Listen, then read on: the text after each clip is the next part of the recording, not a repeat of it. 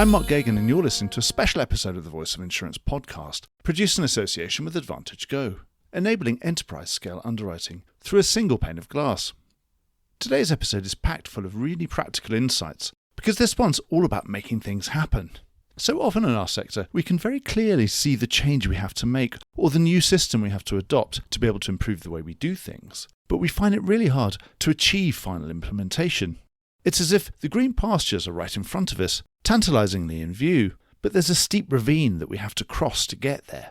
As Ian Summers, who's been helping his employers and clients implement major change projects all his long career, notes in this podcast, it's incredibly common that the change management side of a project is overlooked or underestimated. And even if the systems are ready, are the people in the business really ready to start using them with confidence? This kind of skill is a very specialist one, and it's very specific to each industry. And that's why it's great to have insurance change management specialist Melody Miller on the show. Melody is an executive director at Sea Change London, which is a member of Advantage Go's ecosystem, and is an expert in getting complex, time-sensitive, and often existential mega change projects over the line. In this podcast, we dissect the major changes facing players in the London and international insurance markets.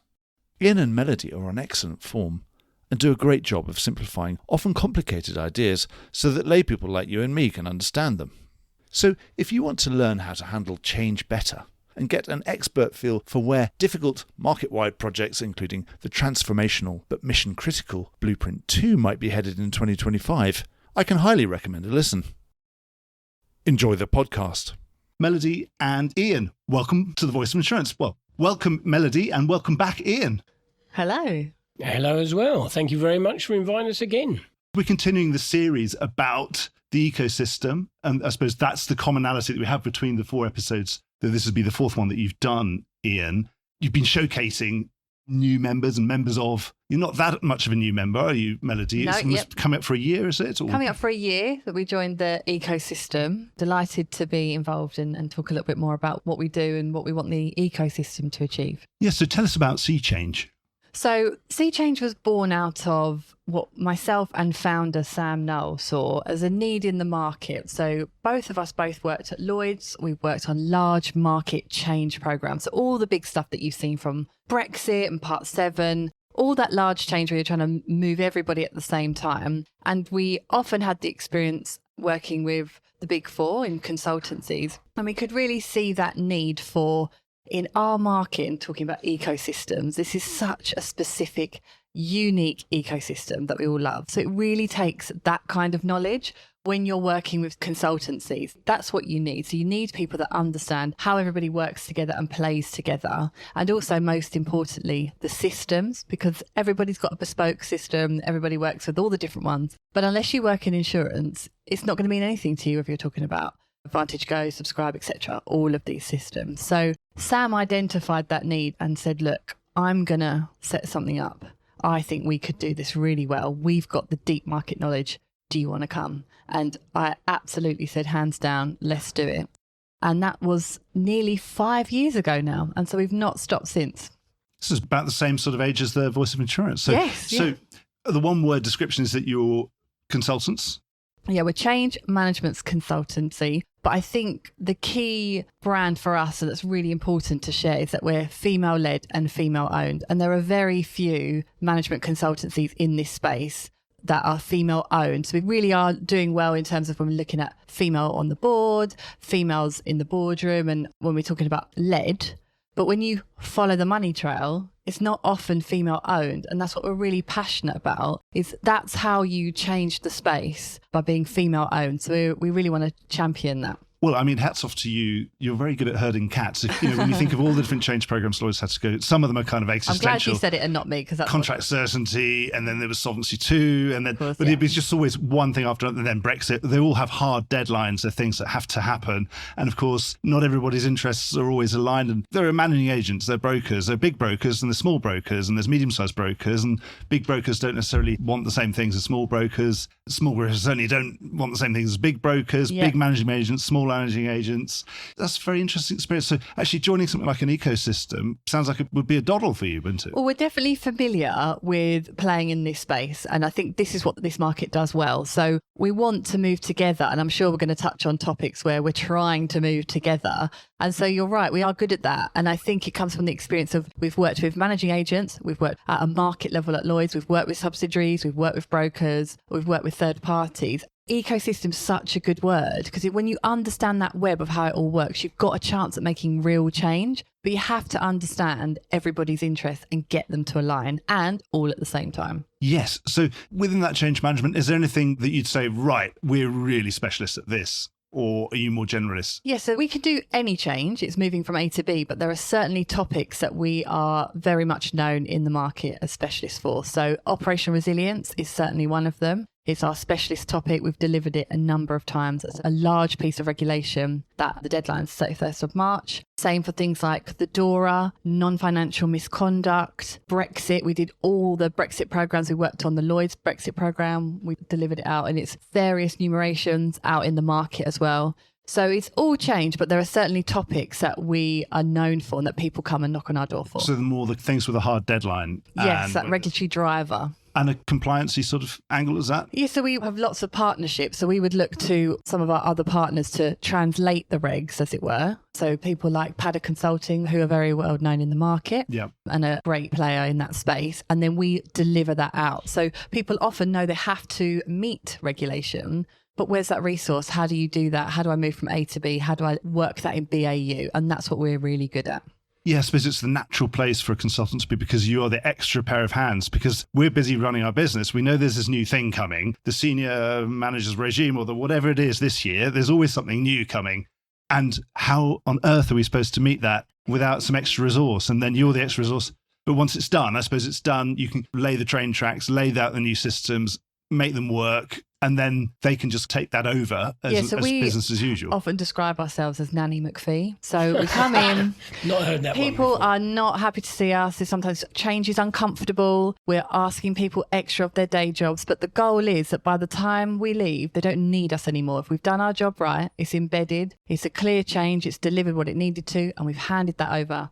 And we fly off to the next job because they don't need us anymore. What was her catchphrase was, it was around the right time for the age of my children, probably sort of 15 years ago that we remember watching this. And was it, when you don't want me, I'm here, but when you do start to like me, then I'll disappear because my job's done. That's when she leaves. Yeah, that's exactly it. So I think all good change management, that is what it should look like. So what are you working on right now? What are your clients tearing their hair out over, saying, right, I really need you to come in. This is really important. We're in deep trouble here. So hot topics is definitely operational resilience. That deadline's getting close. And what's the actual detail on that? I mean, so who's driving? Is it PRA and FCA? So once it has the word PRA in it, it's something pretty fundamental because you really, really can't do anything. And that often makes your job easier because it's not a nice to have. If the PRA and FCA are telling you to do something, then you have to do it. And so now that deadline's getting closer, we're getting lots of knocks on the door and it's one of our favourite subjects. We've delivered it many, many times over. We worked with Lloyd's last summer to put together a trends report. So looking at all of the submissions and helping with that to give a market view. So we've got a really good idea of where the market is and what you need to get there. What do they really mean by operational resilience then? Is it really even as if a bomb went off here? It's even more specific than that. So I think people are used to things like your DR tests and disaster recovery and scenarios. But operational resilience is asking you, identify your crown jewels, like what's really important to you as a firm and you as a customer, and set that tolerance for intolerable harm. So it's very different language. What if Ian Summers went on holiday and then he was skiing down a ravine and no one's ever seen him since? Are you the crown jewels then, Ian, of this organisation? Is that what we're saying? Not entirely convinced people would agree with that, but looking forward to my skiing trip. Well, that must be where now, if that's the scenario that comes up. DR's disaster recovery, isn't it?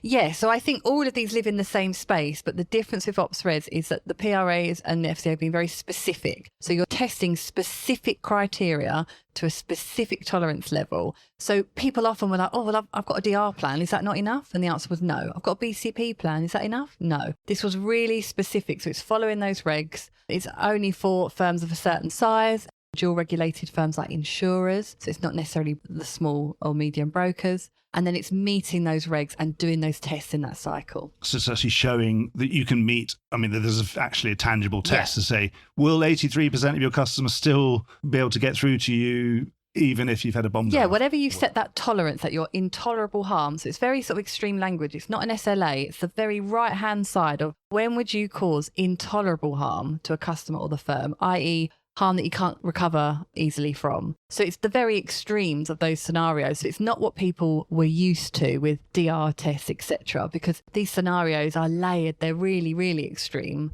But I mean, saying that, we all thought pandemic would have been far too extreme and none of us would have been at home, and yet it happened. So it's testing those out, getting people to identify their crown jewels and maintain what supports them underneath. So getting it to live at home alongside all of your BCP plans, your DR plans, and finding resource to look after that all year, because that is not what people have necessarily. And I suppose having those kind of contingent contracts and people on retainer and things, is everyone just going to moan about it being expensive? Yeah, and I think that's where we always try and think outside the box. So if you don't have a resource, that's not what you're going to do, have a perm hire. We offer all sorts of things like a managed service. So again, we can fly in and just do that cycle for you because you don't want it to be a full-time job, but we can offer you that managed service.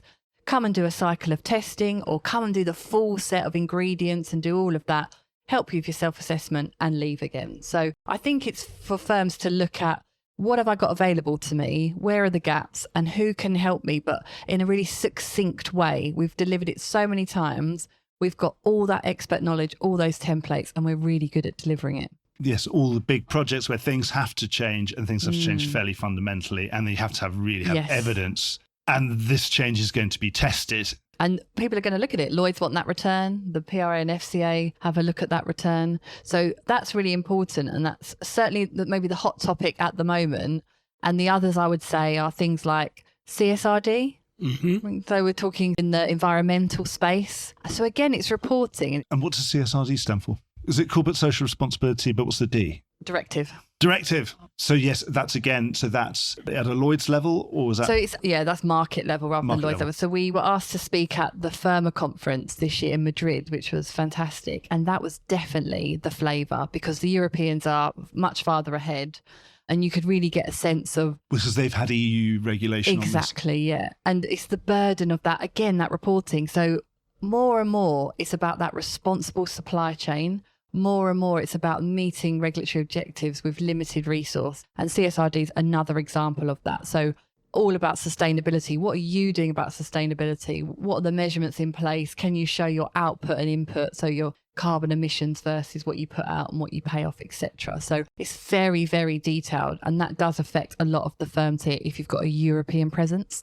And FIRMA, just for anyone who doesn't know, that's the European Risk Managers Conference, so the equivalent of EMIC in the UK or RIMS in the US. Absolutely. But don't for the life of me, I wouldn't be able to tell you what it stands for, but I'm sure it's Federation Européenne. Something Risk Managers. Oh, is it in English? Usually, often by the time it gets to the European level, it might be in French. Who knows? Right, I'll put that one on the notes. Yeah, and it was great because their 50th anniversary, they really knew how to put on a party. It was absolutely fantastic. Oh, it's a shame. No, I should have gone down. That was a really good one. I was asked to go, but I couldn't go that week. But it would have been really good fun. They did really well. It was absolutely beautiful events in a big bull ring. Obviously not used bull ring anymore. It's an event. Careful. As risk managers, just leave the bull lying around. Yes. And stuff like that. So it was brilliant to be invited. And we often speak at events like that on these kind of topics. All this mission critical stuff. And it sounds like, yes, I'm going to have to sort of say that you're the tear your hair out people. That when you're tearing your hair out, then you have to sort of get and we love it. This is the environment we thrive in. Our level's up here. So by the time people are putting their hair out, we're like, okay, we're ready. We're here and ready. So that's the kind of environment we are so used to. Especially if you've already done one. Exactly, yeah. And you really know, and you've really gone into the weeds on all those thousands of pages of detailed directives and stuff. And I think with any change in itself, that's the same wherever you go in terms of moving people from A to B, people feeling uncomfortable, people doing a job change, taking on more. It's the people side that is the most challenging, but also the most interesting. And that will be the same no matter what. Denial is like, do we have to do? No, it's not happening. People are working hard and there's more and more regs coming down on them. You have to take care of these people and sort of bring them along the journey. And I think we're really good at that at Sea Change. When they've got to the blind panic stage, then yes, they're going to give you a call and you're going to come and flying. and say, don't worry, it'll be okay.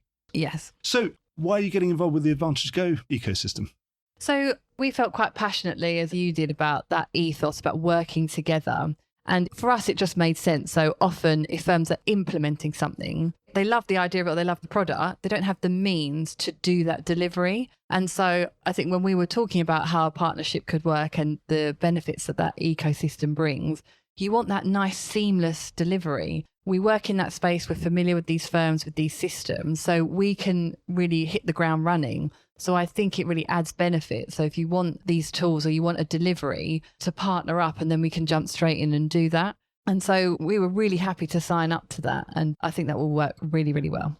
So supposing you know all the members of the ecosystem and you can help pull things together. Yeah, there'll be many names in there that we've already worked with. And of course, this market is so small, people just move around in the same circle. So you might have not worked at the firm, but you know someone who works there. And that's the beauty, I think. They knew you when you were at Lloyd's. Yeah, exactly. And that's the benefit of having worked at a market level. There are really very few names we wouldn't know by the time you've delivered Brexit, Part 7, control framework. It is that same skill set of change managers and COOs. It's that sort of operational people that we all stick together and move around together. Yes, I suppose I'm on my third job in the last 20 years, and probably so is Ian.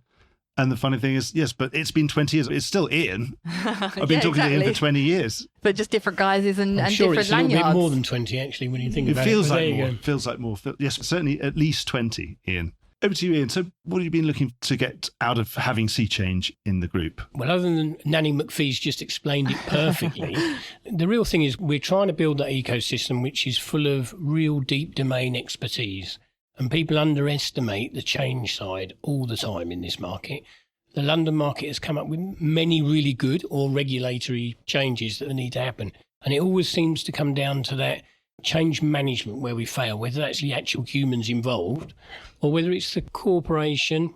Oops, but I shouldn't say Lloyd's. No, you're quite good. You're right there. My whole insurance career, there have been loads of interesting products. There was EPS knocking around in the mid-90s. It looked really good. I had a look at it. Did it ever get implemented? No. And it's a shame it didn't. We've had story after story of those kind of things. And it's probably...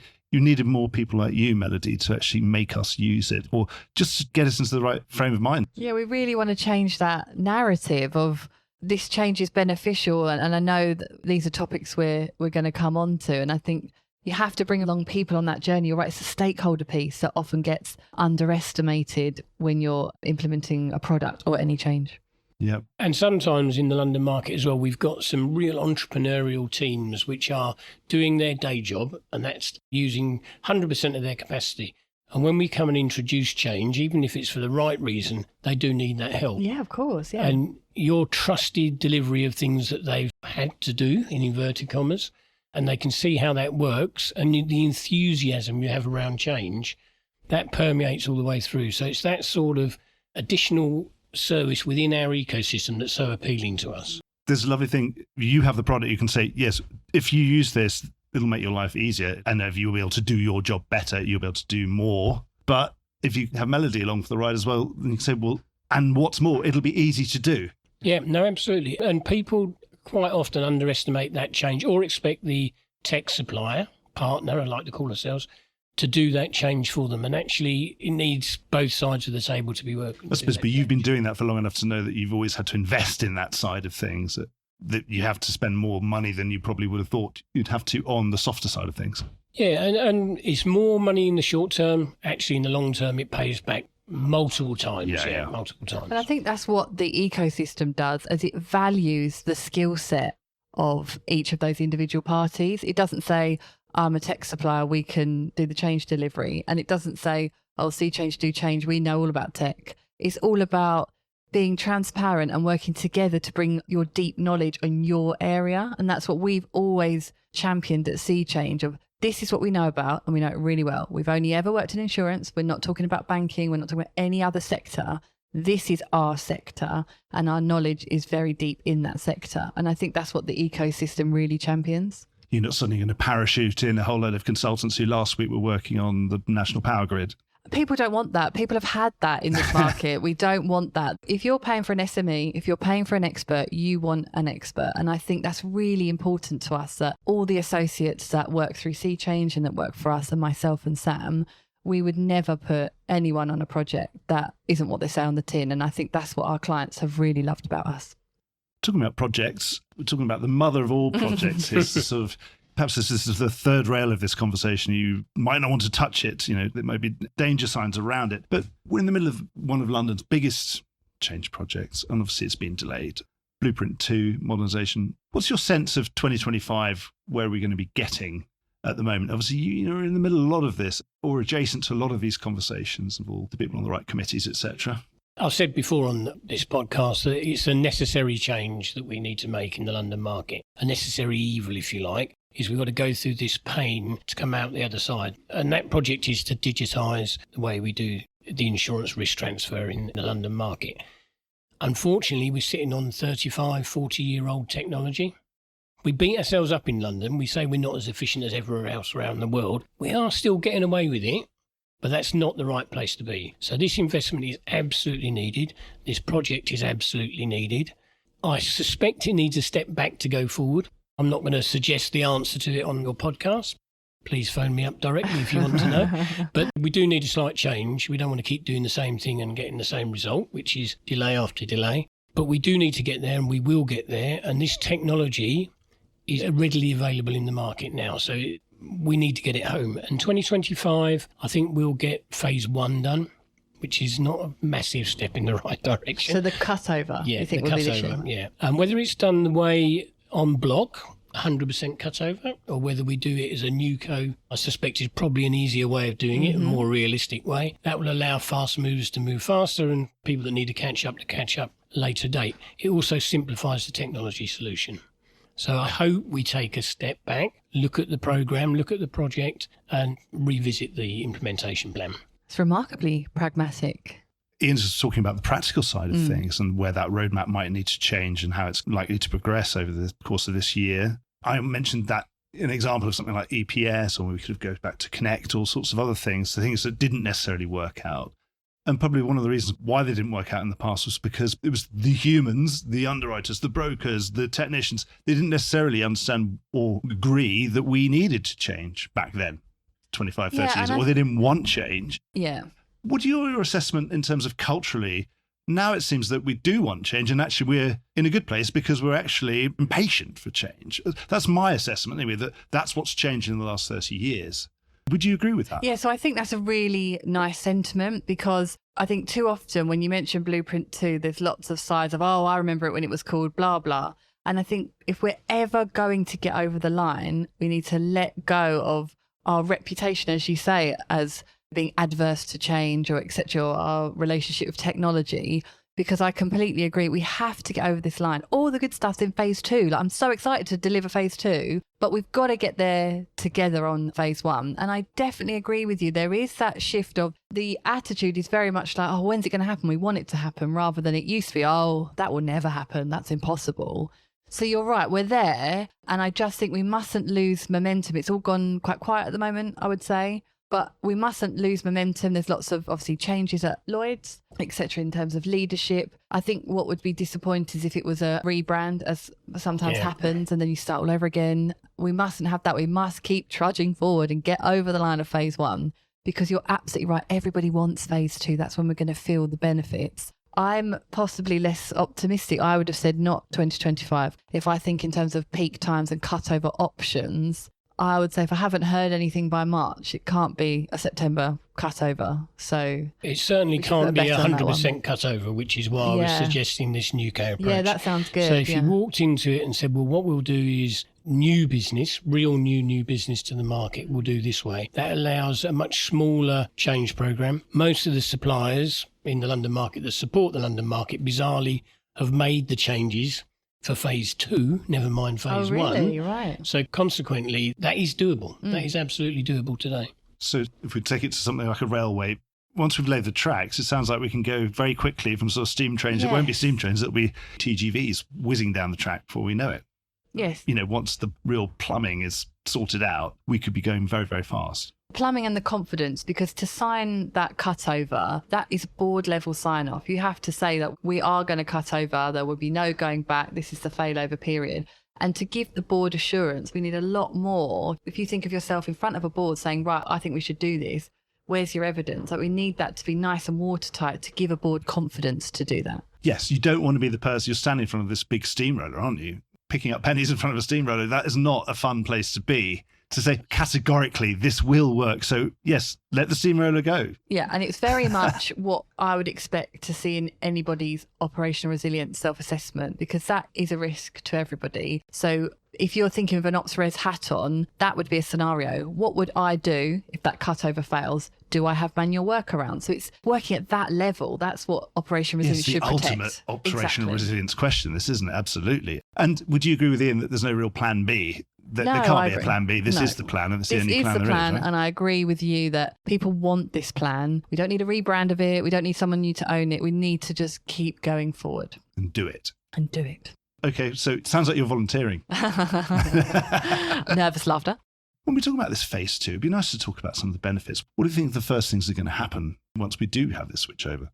Well, one thing that's really good for the market is it opens up us more internationally. Europe, definitely, has been working with something called Rushlicon for a number of years now. Absolutely, yes. And that's been doing the majority of phase 2 already. And some of our customers already use Rushlicon. And so consequently, it will open us up for that, become that centre of excellence that we always were here in London. And that operational cost then dramatically gets reduced. So you're always going to be an option rather than just we can be seen as a reasonably, reassuringly expensive place to finish your lines off on a subscription market. If we can reduce that cost so that we're a go-to, I'm not talking about necessarily lead, where we obviously are the place to go to in most lines of business that we work with, but follow market quite often can go back to the local territory. So the US come to us to lead, and they might finish the risk off back in the US.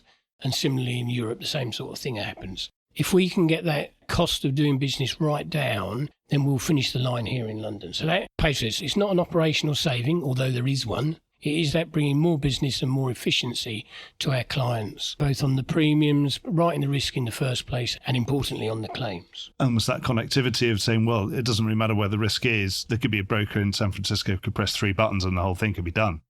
Absolutely. And we already manage, better than anywhere else in the world, global risk. We deal with everybody in one way or another. And unfortunately, that's an expensive way of doing it today. So if we can take that cost down, again, if you look at things like the London Market Matters reports and things like that, those shares of businesses start growing again back in London. Yeah, I agree. We need to stay competitive. I think Brexit showed us that people will take that business elsewhere if it is not profitable. We saw lots of movement in terms of firms had to redirect business, and it might have started as a desk in Bulgaria, but then suddenly it's grown over the last 5 to 10 years. And now those emerging markets or markets in Europe are growing more and more. And so London needs to stay competitive. If the expertise is here, you're absolutely right. It needs to be backed up by the technology. Yeah, and it's just our run the business stuff that's expensive. The front end, we're absolutely market leaders.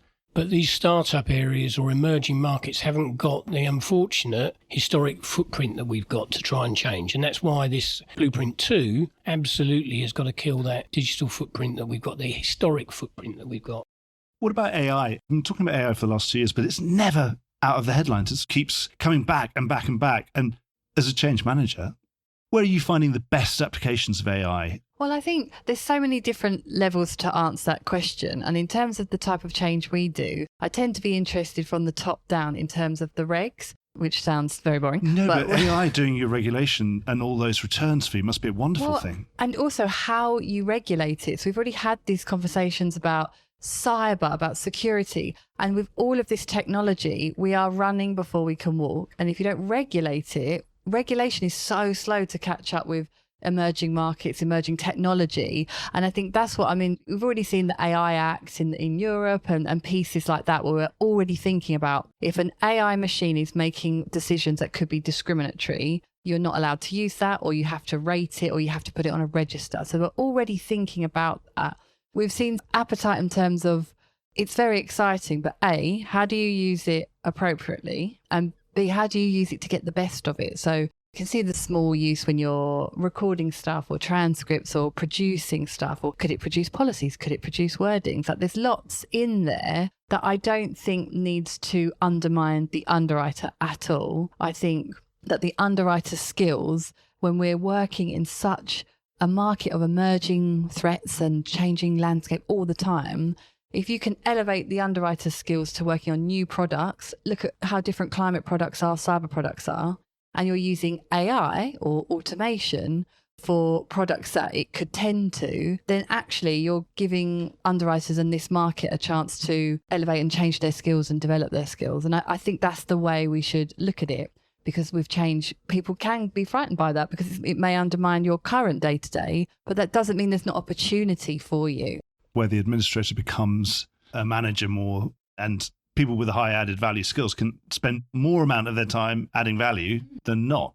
Yeah, why would we not outsource, or why would we not use technology to help with tasks that technology could manage? So my skills as an underwriter, I can really get my teeth into, like you say, the lead risks, the risks that I'm really interested in that need me, that could never be replaceable. And I think that's the way to look at all of this technology. Just thinking of some biblical quotes of, render unto Caesar what is Caesar's, and, and render unto me what is mine. So yes, it makes a lot of sense, doesn't it?